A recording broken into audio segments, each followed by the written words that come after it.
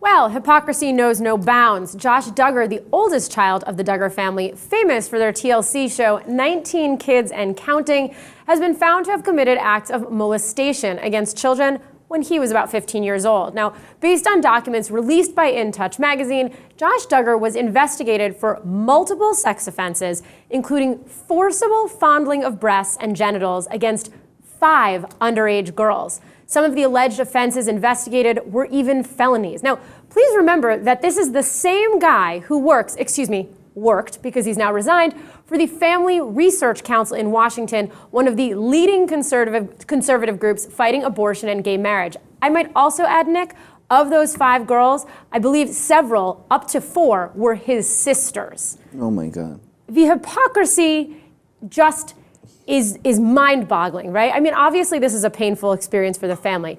You don't want to kick someone when they're down, but when they spend their whole life devoted to hurting people and to fighting, gay rights, it's really hard to feel badly for this family. Yeah, without a doubt. The fact that he's molested 4 of his family members and counting is just outrageous. And yeah, the hypocrisy. I mean, who are they to sit and talk about morality and morals, especially religious morals, when he's over there doing these kinds of things? I know he was 15, but still, that's ridiculous. At 15, you know right and wrong. I mean, you know the difference. Sure, you're not an adult, and yes, of course, you're still in formative years. But there is no question, as a 15-year-old boy, it would still be weird. Even if he was a 10-year-old kid doing that kind of stuff. Yeah. Especially because it's forcibly, right? It's not just, oops, I bumped into you. It was forcible actions.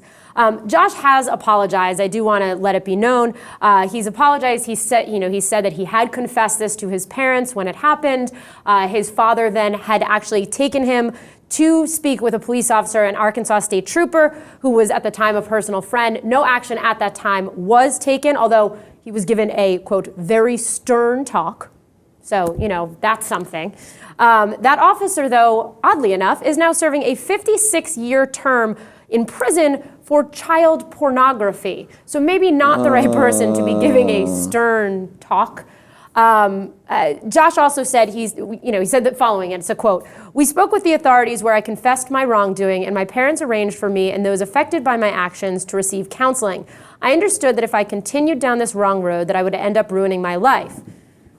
Now that is lovely, and an apology is much appreciated, and apparently all is forgiven because everyone is coming out of, we haven't heard from the sisters who he took advantage of or the woman who I believe was a babysitter, but we've heard from his wife, saying that he had confessed this prior to their marriage. The parents, Jim, Bob, and Michelle, saying that this brought them closer to God, and it was a very dark time. But I've got to say, he talks about if he goes down the wrong road, it would ruin his life. What about the lives of the people who he assaulted?